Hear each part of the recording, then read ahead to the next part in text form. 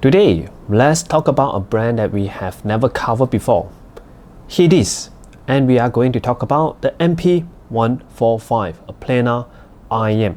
To be specific, it's a 14.5mm planar driver IEM.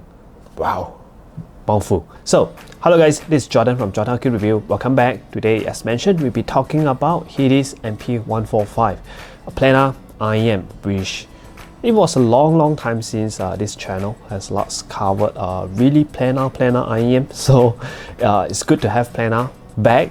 But I also find it a little bit late. Okay, this IEM is a bit late.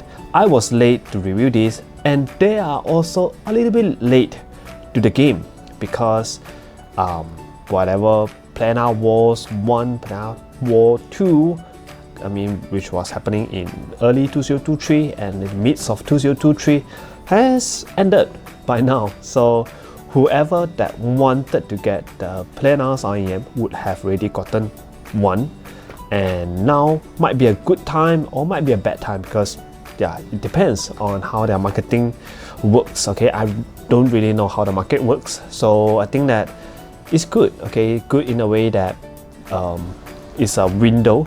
Now you don't have a lot of planars releasing at the same time, so yeah, maybe. So let's talk about this Hidisz MP145. But first of all, I gotten this unit from Hidisz, but it doesn't affect my honest opinion on it.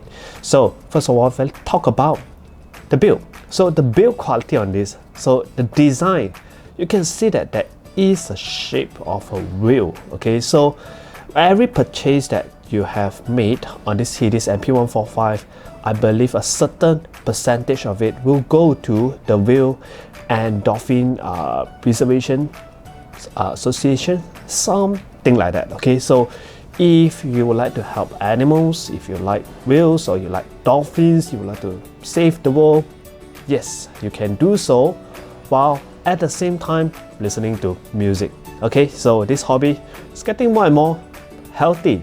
Yeah, you can really like do charity at the same time while doing so. So this was selling at $159 US if I'm not mistaken. So if I'm mistaken, I will put the real price over here. So I would say that around the price of the S12 and the Timeless. Okay, so how does it like compare? We talk about it later in the sound comparison. So first of all, the physical aspect. Okay, so this IEM comes in a few color. Okay, so the one that I'm gotten is in blue, which I really don't mind because blue is the color of the sea, where your theme is about whales, which I think that's pretty matching. Okay, so I think there's a black color one, also a limited edition, a gold titanium version one. So I really wish that I gotten the gold color one because it's flashy.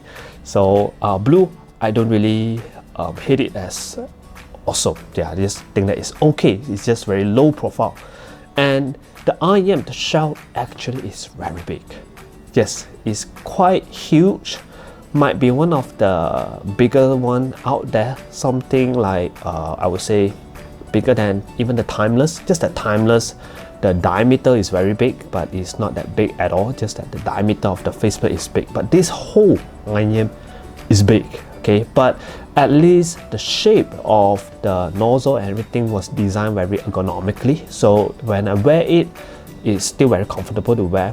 Just that it will jerk it. It will come out a little bit from. It's not totally flush when I wear it. Okay, but comfort-wise, I have totally no complaints.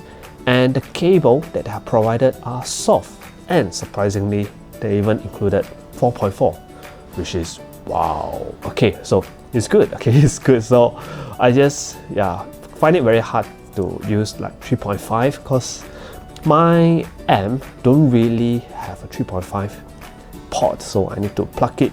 I need to find a 1/4 inch to plug it into it and adapter to use it, so it's very troublesome. 4.4 is good to run it balanced. Okay, so other than that, let's talk about the accessories that they've given. So good thing is that they've given us a lot of tips. 3, I would say, sets, different types of ear tips. Okay, we have the balanced ear tips, all right, which can be found in a lot of the tri-fi markets, and I really think that I recognize these ear tips because it's like 99% similar to the one that I gotten from the Lecturer S12. Yeah, very similar, or might be even the same thing at all. And also we have the vocal ear tips, where it just means that it's softer. So if you like your vocals to be a bit more pronounced, or you like to listen to vocals, then you can use the vocal ear tips. And also the bass ear tips, I don't really find that you will have more bass using these bass ear tips. I think that it's just quite similar with the balanced ear tips. And not just that, okay, not just that, they have given us small little container like this, and inside they have included a tuning nozzle cap.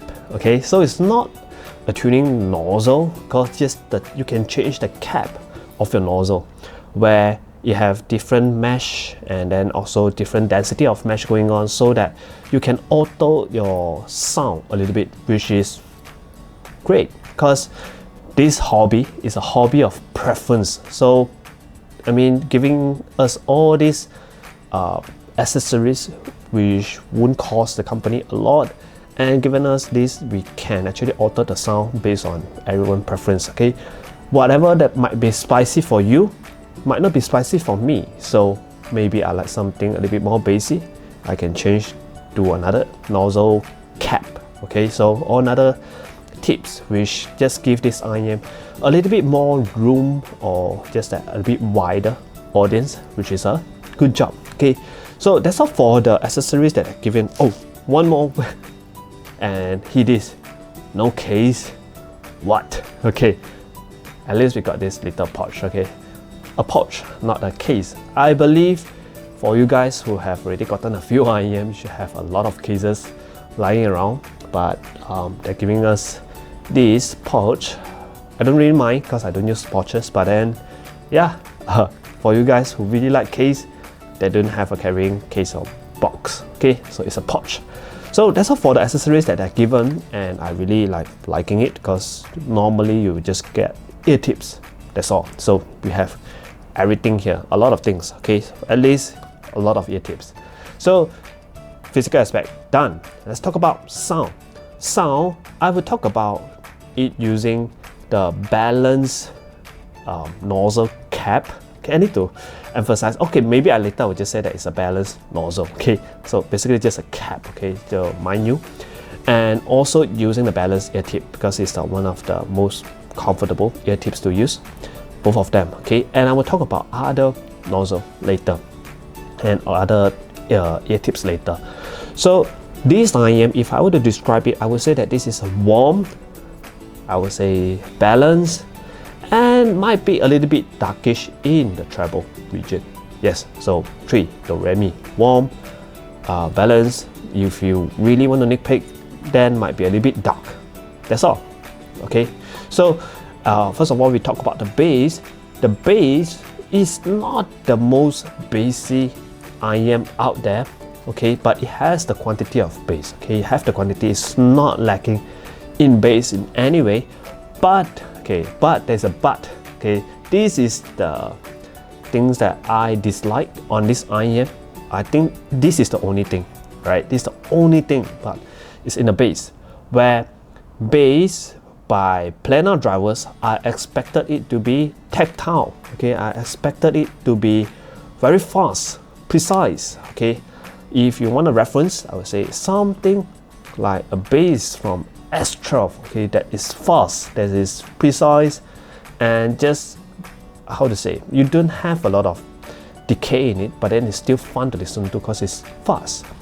This is not fast. Okay, this is just a normal bass, which is, it still gives you that amount, still punchy at times, but it's not the fastest bass out there. Okay, considering that this is a planar IEM. Okay, I would say it sounded to me like a DD kind of bass. Yeah, or I would say that it's along the line of the TA audio kind of bass. Okay, so, most of you won't really care, because I think that a lot of you guys who like TA audio, so I don't think a lot of you would have mind the bass of this IEM. Just that I am bass sensitive. Okay, I don't like a lot of bass. If there is bass, I prefer it to be a bit more precise. Okay, I need to listen to the drumstick when you hit the snare, or just when you press the bass pedal. When the moment of collision to the bass drum, you need to hear that kind of fast, that kind of detailed and precise moment of it. Okay, not everything masking together. So the bass here, not the best planar bass. Okay, not the best planar bass. Sounded like a DD bass, and it has given it warmth, okay, to the IEM itself, which is kind of rare in the planar IEM, because usually planar IEM, I find it most of them are a little bit cold sounding.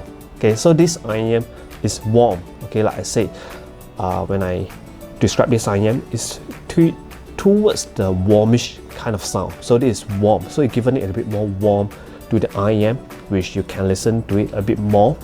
So that's all for the things that I don't like. Okay, let's talk about the things that I like. Okay, that's all. Done. Don't like is in the history now. So mids, yes, mids on this, as you are expected from a planar IEM, it is very crystal clear. Clarity, yes, planar kind of clarity. Yes, you get a lot of clarity in it, especially when you are listening to something like a guitar strumming, guitar plucking, those kind of instruments.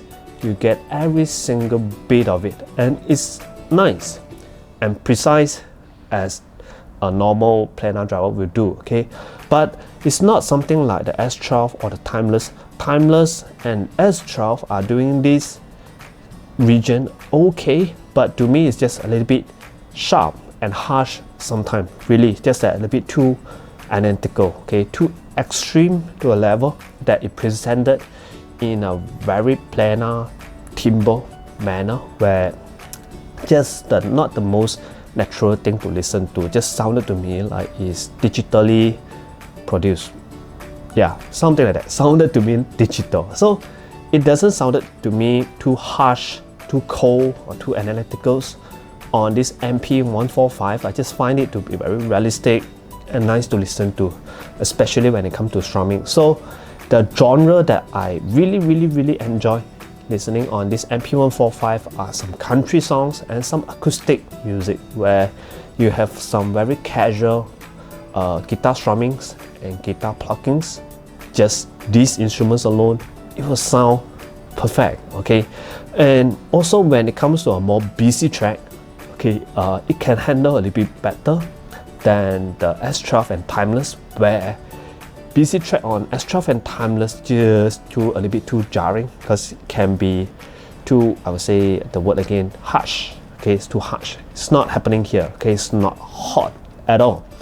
So vocals on this IEM is also not overly forward. Okay, even using the balanced nozzle. Usually on planar IEM, you have a little bit sharper kind of a vocal presentation, but it's not happening here. Just that it's average. Okay, it's not overly done, which I would really appreciate. So I definitely will not listen to vocals on S12, but I would listen to vocals on this. Okay, although I really hope that is presented to be a little bit more forward to my personal preference. Okay, so in terms of width and what the width and height, I just think that this is wide. Okay, not like super wide, but decent width and height. To me, I don't really know why, just that I don't felt that it's very deep and high. Just felt that it's left and right. Just to me, it's quite spacious. Okay, and imaging, I would say just normal, average, and downside also a little bit, might be a downside to you, but not for me, because the treble area to me is a little bit dark. Okay, a little bit too laid back. Okay, which is, I'm totally fine with that. Okay, to be frank, I really like darkish treble. Not that it's too dark, but not too overly done, like something from a normal planar IEM would do. S12, ooh, hot. sizzly hot. This is not happening there, so it's alright. Okay, it's alright. So to conclude the whole sound signature again, it's just warm and easy to listen to with a lot of clarity. This is described in using the balanced ear tips and also the balanced nozzle cap. Okay, so let's talk about the two other nozzle cap that they are giving us. The red color one, which is supposed to be laid back. Yeah, laid back. Everything is the same. Bass is the same. Treble, I find it to be the same as well. Just the upper mid-range means that your instruments and your vocals are even more laid back than ever. So it was already not very aggressive kind of presentation. Now it's bringing it a little bit down. So the whole IEM, I just find it a bit too warm and too laid back to listen to. Yeah, kind of lazy. Yeah, too chill. So if you like that kind of presentation, you want to wear an IEM, planar IEM to sleep, this might be it. But I really don't recommend doing so. Okay, please don't do so. You might hurt your hearing.